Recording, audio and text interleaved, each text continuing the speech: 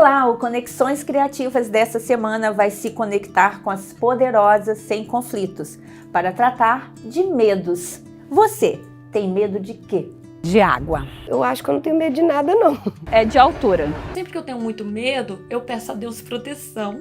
A advogada Josânia Preto tem questões com a água, mas procura superar esse temor, uma atitude que transmite a seus clientes. Eu tenho muito receio da água, principalmente pelo mar.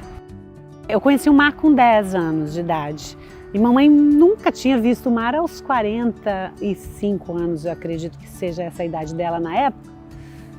E ela metia medo na gente, falava que mar não tinha cabelo, e essa frase ficou na minha cabeça.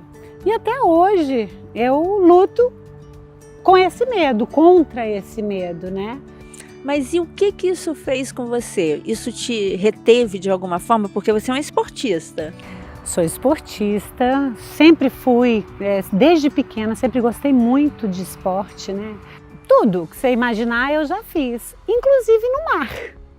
Creia você, aí você fala assim, mas como? Você fala que tem pavor e você vai para o mar? Isso aí. Vou para o mar. Antigamente eu nem mergulhava, hoje em dia eu já mergulho de ponta, já sei chegar numa beira de uma piscina e mergulhar e sair de boa, curtindo. Mas nem sempre foi assim, eu fui me desafiando, não é possível, por que não? Por que não conseguir? Esse ano eu faço 50 anos, em dezembro, e a minha meta é, até dezembro, eu estar nadando junto com os meninos que eu faço a segurança no caiaque. Se Deus quiser, eu vou conseguir, vamos ver. Você ter medo é natural, mas vai com medo mesmo, porque senão você vai ficar ali e nunca mais vai fazer nada. Se eu tivesse medo e não entrasse no mar, olha o tanto de coisas lindas e maravilhosas que eu ia perder. Você é uma advogada da Vara de Família e como é que você lida com essa questão dos medos dos seus clientes? Porque tem muitos clientes, muitas pessoas que não decidem, por exemplo, uma separação, tomar uma decisão por medo. Como é que você lida com isso? Como é que você faz esse aconselhamento a eles? Medo da justiça, medo do que o outro vai pensar por ele estar entrando contra, medo do que a sociedade pensa, medo do juiz. São tantos medos que as pessoas carregam e eles não tentam se livrar daquilo. A gente tem que estar chegando lá forte, ainda que por dentro, moído de medo, por fora a gente tem que estar um leão forte para não transparecer medo. Pelo menos é assim que eu faço e é assim que eu penso, sabe, Ivana? E tem pessoas que acabam, por conta disso, adiando a própria felicidade, né? Preferem ficar numa relação, né? Optam por ficar numa relação que não tá bacana por medo de ficar sozinho. Não enfrentam, né, a realidade, não saber sobreviver sozinho, o medo da solidão. Para ser feliz eu vou ter que enfrentar isso? Então vai, se joga, tenta pelo menos, porque senão lá na frente você vai falar assim, poxa, eu nem tentei. A gente precisa tentar ser feliz. Medos a gente tem muitos, né? Mas um que me acompanha há muito tempo é de altura. Já desenvolvi fobia há um tempo, melhorei, mas ainda é algo que eu não me sinto confortável. Lugares altos são meu desafio. E cavando até o porquê desse medo, eu descobri lá na infância um problema com roda gigante.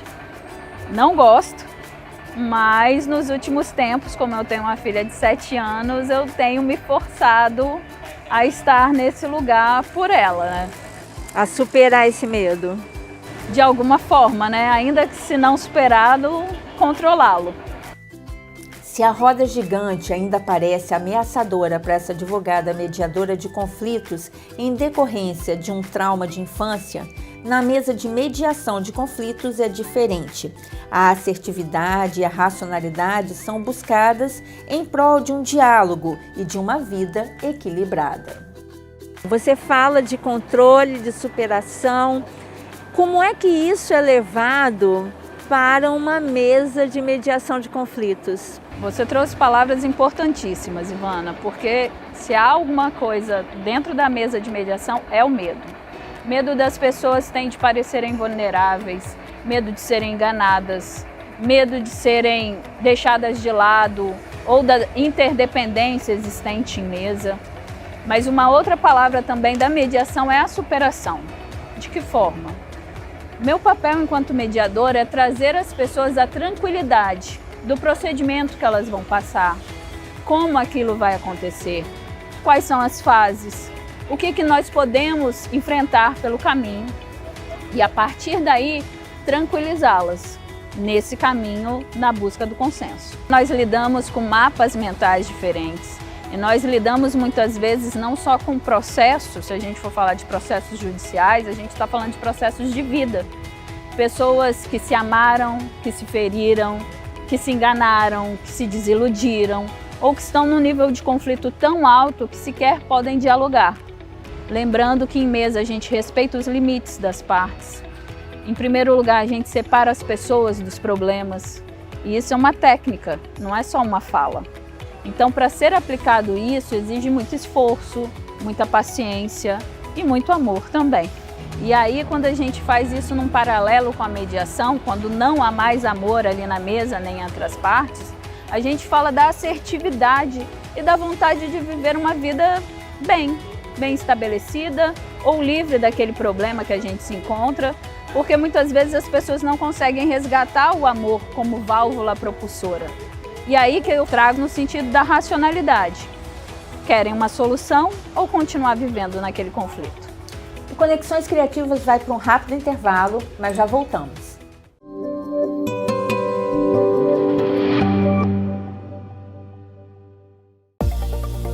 Há mais de 20 anos inovando em soluções ambientais para tratamento e gerenciamento de resíduos. Vitória Ambiental. Proteger o meio ambiente é o nosso compromisso.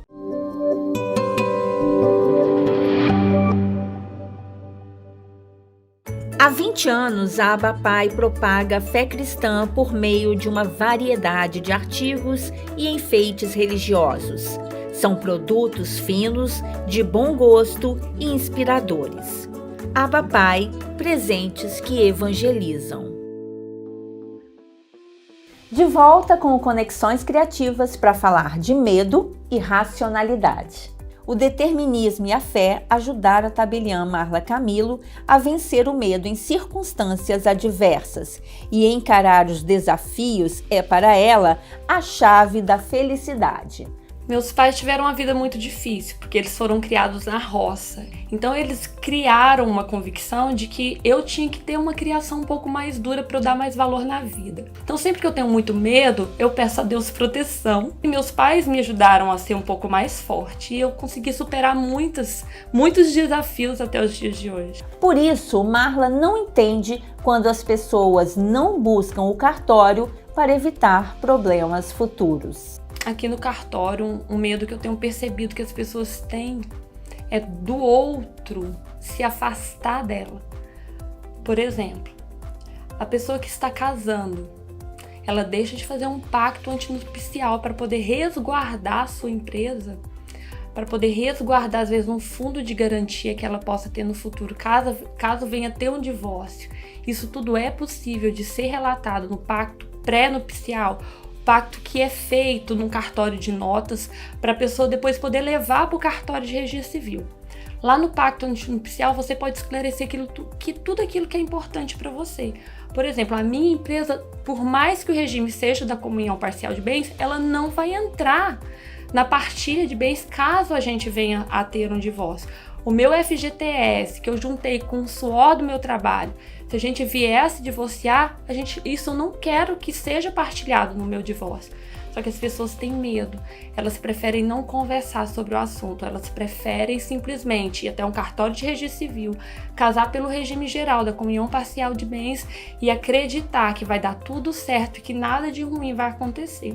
Outra questão importante é o planejamento sucessório. As pessoas têm medo de conversar com seus familiares para que seja feita uma doação, para que seja feito um testamento, porque temem que eles pensam que elas estão apenas preocupadas com os bens e, na verdade, elas estão ali antecipando uma discussão que possa vir no futuro. Outro caso muito interessante também é que muitas pessoas não querem ter custo com o cemitério, né? Falam assim, então eu quero ser cremado. Porque para você ser cremado é importante que você faça essa declaratória em cartório.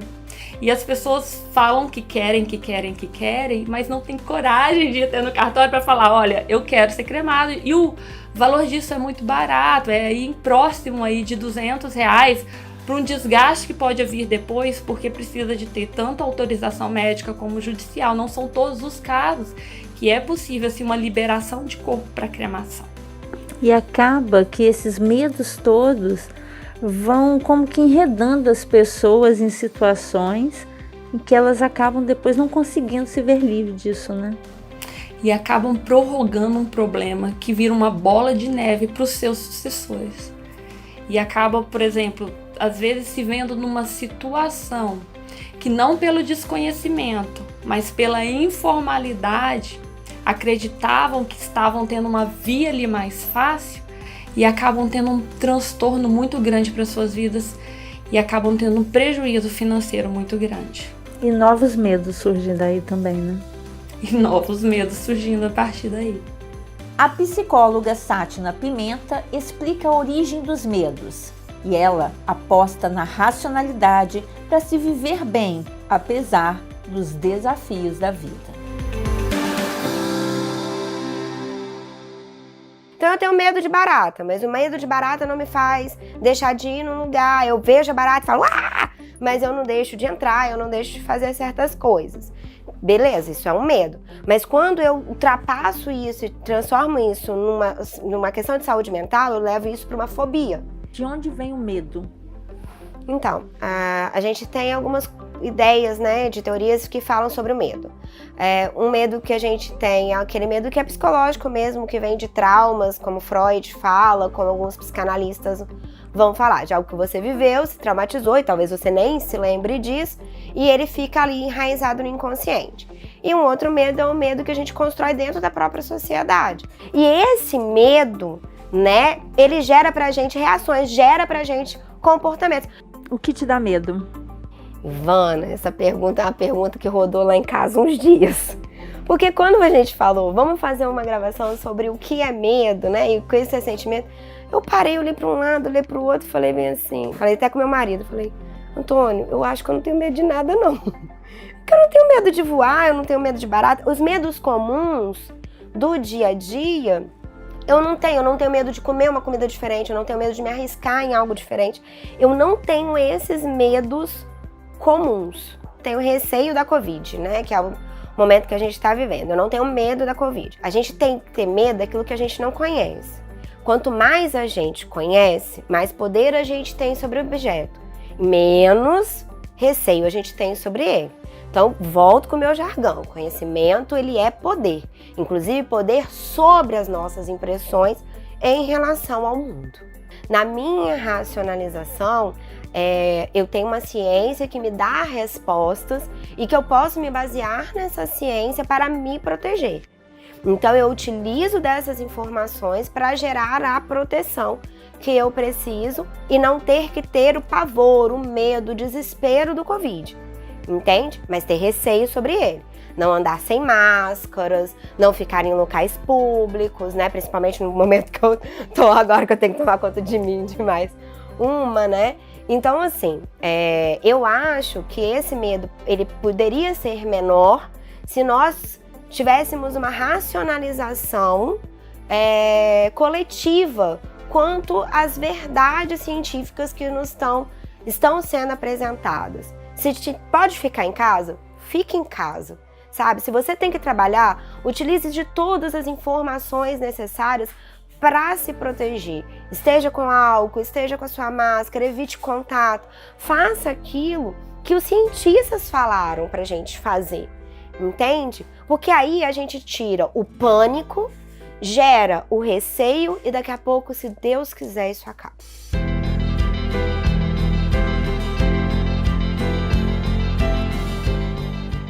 Pois é, a mensagem está dada. O Conexões fica por aqui e eu espero por você na próxima semana com mais informação de meio ambiente, sustentabilidade, educação, inovação, empreendedorismo e indústria criativa. Na TV Ambiental, a TV que te reconecta.